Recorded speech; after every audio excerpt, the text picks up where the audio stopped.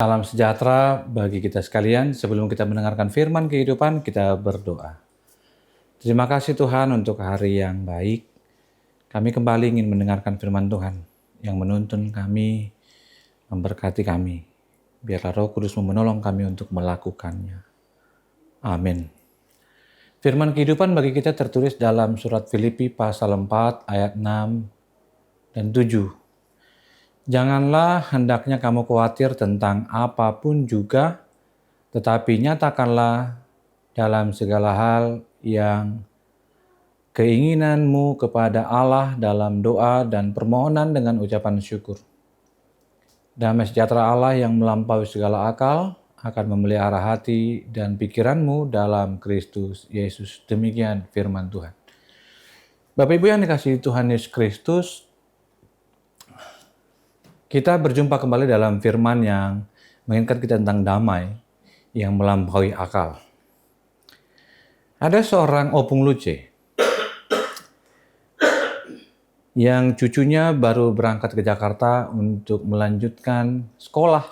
Dia kuliah di Jakarta dan setiap malam si Opung telepon dan memastikan bahwa dia sudah makan, dia sudah kunci pintu rumahnya.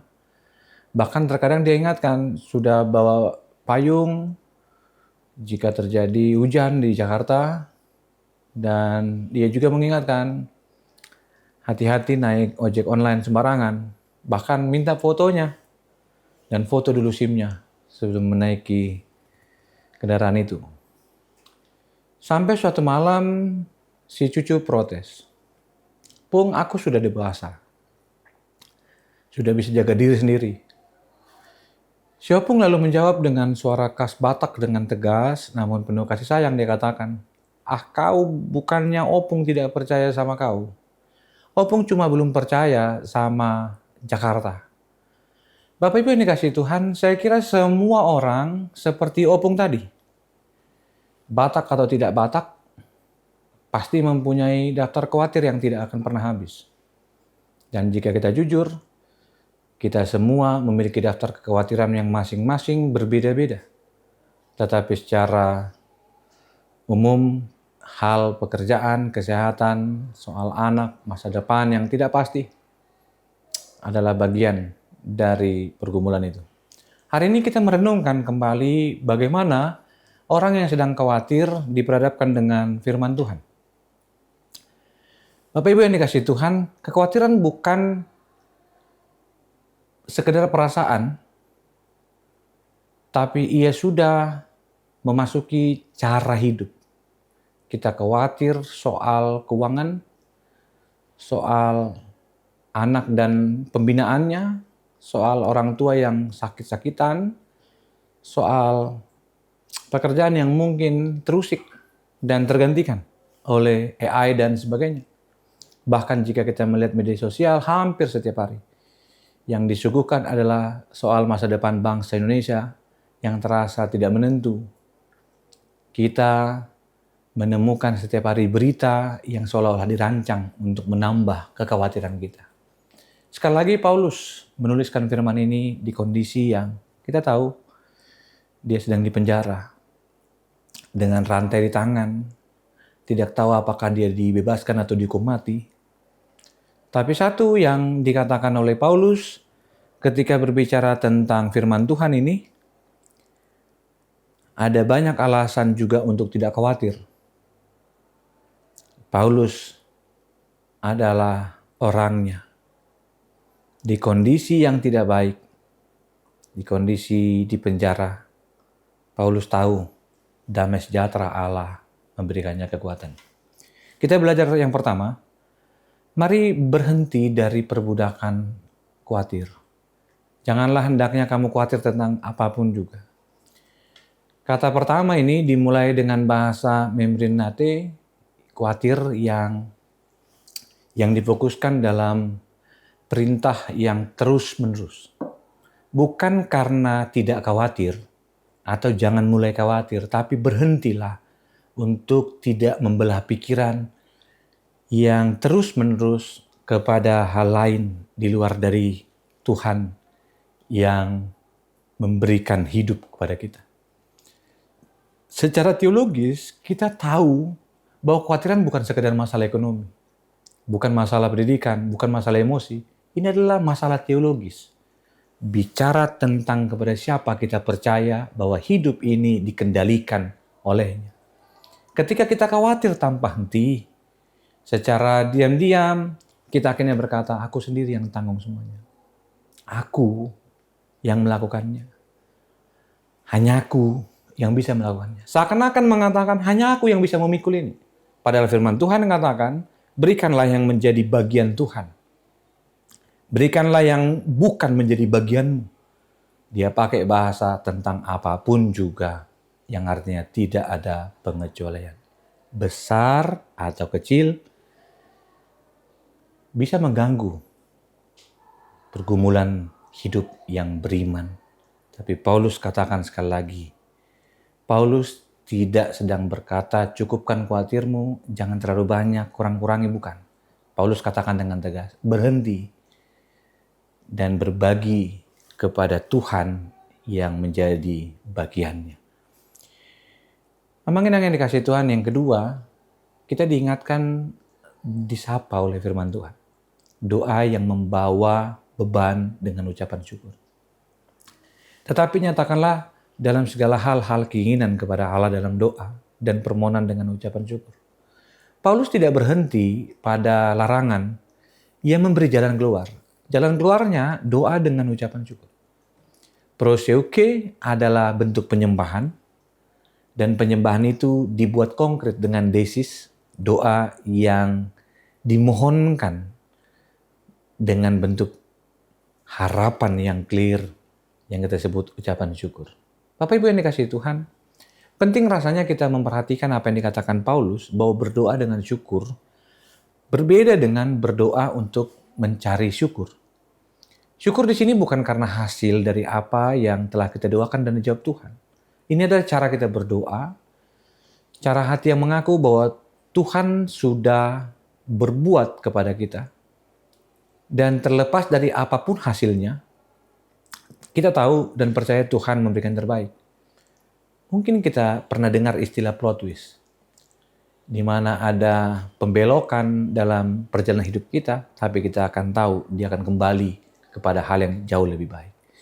Dikatakan di bagian selanjutnya, nyatakanlah. Dalam bahasa asli, ini bukan bentuk ungkapan yang hanya diucapkan, tapi benar-benar kejujuran yang berasal dari sebuah pengetahuan tentang Allah yang benar.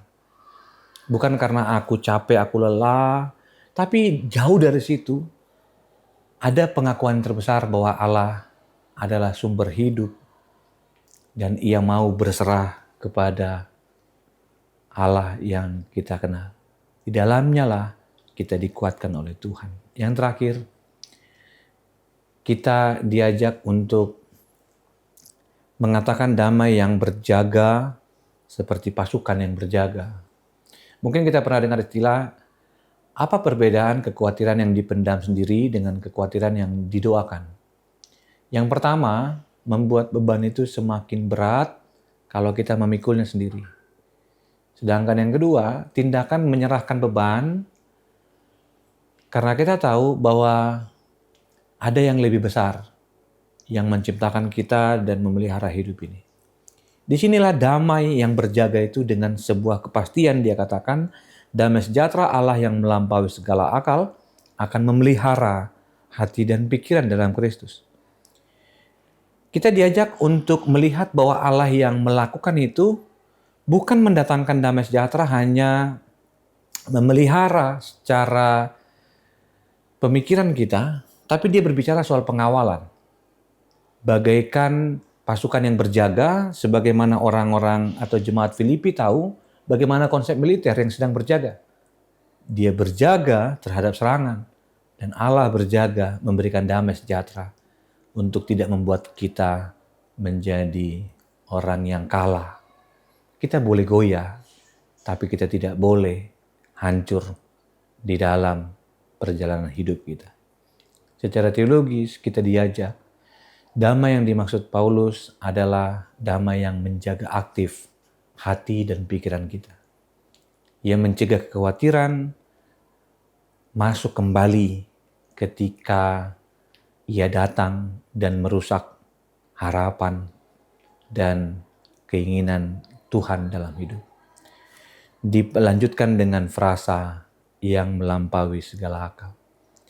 Di sini damai diingatkan kembali bahwa ia bukan hanya sekedar logika, bukan hanya perasaan, tapi ia hadir di dalam hal yang melampaui keduanya.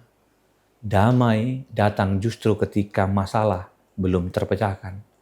Damai datang ketika semua belum selesai dan Allah datang untuk melakukannya. Bapak Ibu yang dikasihi Tuhan,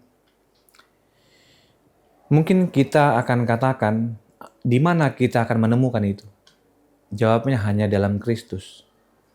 Ia hadir di dalam satu nama, dalam Kristus. Ia hadir dalam persekutuan dengan Kristus. Ia hadir di dalam doamu dan persekutuanmu hari ini. Karena itu, biarlah kita menemukan itu kembali dalam firman ini. Dan kita diingatkan, ada satu kekuatan yang tidak akan pernah hilang di dalam orang percaya, adalah kita di dalam Tuhan. Kita boleh mengingat akhir dari renungan ini, dikala khotbah awal, renungan awal disampaikan.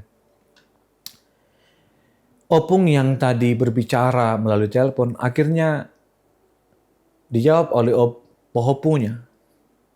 Dia katakan, Pung, aku sudah bisa jaga diri sendiri. Aku sudah dewasa. Opung terdiam. Lalu ia menjawab dengan suara yang lembut. Dia katakan, syukurlah. Tapi tahu nggak? Sebenarnya bukan kau yang butuh Opung untuk berhenti khawatir.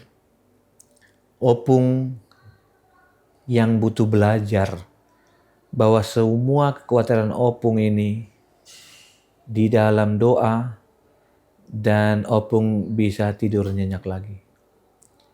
Jawaban untuk pergumulan kita adalah kembalilah berdoa. Mungkin ada yang berkata, aku berdoa kok nggak tenang. Tapi firman Tuhan katakan sekali lagi, berdoalah bukan karena ingin kamu tenang, tapi karena kita tahu bahwa dalam doa kita berjumpa dengan Allah yang mengetahui segalanya. Amin, kita berdoa. Terima kasih Tuhan untuk firman. Terima kasih untuk berkat dari kuasa Tuhan yang memberikan kami hidup. Biarlah firman ini mengajarkan kami untuk tetap kuat dan kami dikuatkan oleh Tuhan. Dikala kami sakit, dikala kami bergumul, dikala kami sedang merasakan kelelahan. Tuhan tolong kami untuk kami mampu memahami keinginan hati-Mu. Kasih anugerah dari Kristus Yesus, kasih setia Allah Bapa, dan persekutuan kuasa Roh Kudus memberkati dan menyertai-Mu senantiasa. Amin.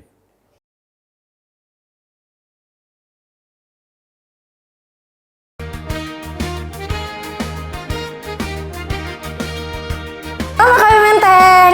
Dalam rangka memperingati Hari Kemerdekaan RI yang ke-81, HKBP Menteng akan mengadakan acara 17 Agustus di Taman Kridaloka GBK. Yaitu acaranya ada fun games, fun walk, land dance, ada food bazar dan upacara. Dan jangan lupa ada bingo. Yuk ikutan. Sampai jumpa.